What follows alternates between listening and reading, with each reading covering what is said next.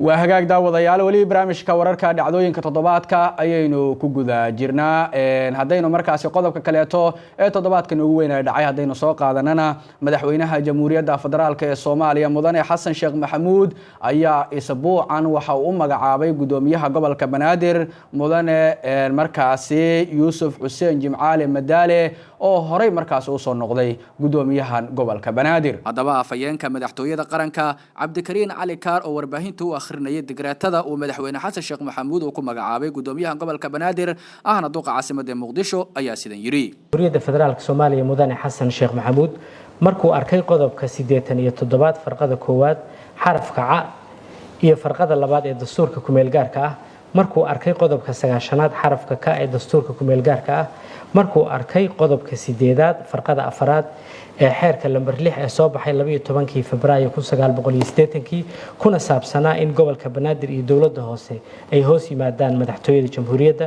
markuu arkay soo jeedinta wasaaradda arrimaha gudaha federaalka iyo dib u heshiisiinta xukuumadda federaalka Soomaaliya markuu ogaaday inay jirto baahi loo qabo in loo magacaabo gudoomiye cusub gobolka Banaadir ahna duqa magaalada Muqdisho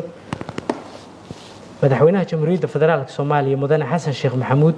oo tixgelinaya soo jeedinta wasaaradda arrimaha gudaha federaalka iyo dib u heshiisiinta ayaa magacaabay mudane Yuusuf Xuseen Jimcaale gudoomiyaha gobolka Banaadir ahna duqa magaalada Muqdisho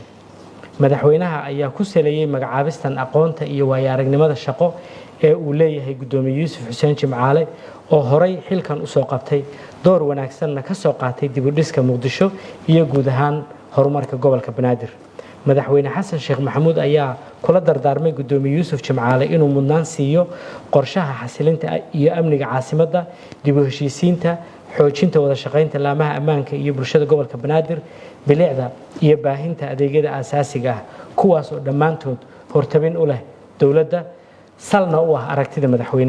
madaxweynaha jamhuuriyadda ayaa u rajeeyay gudoomiyaha cusub ee gobolka Banaadir ahna duqa Muqdisho inuu eeba u fududeeyo mas'uuliyaddan culus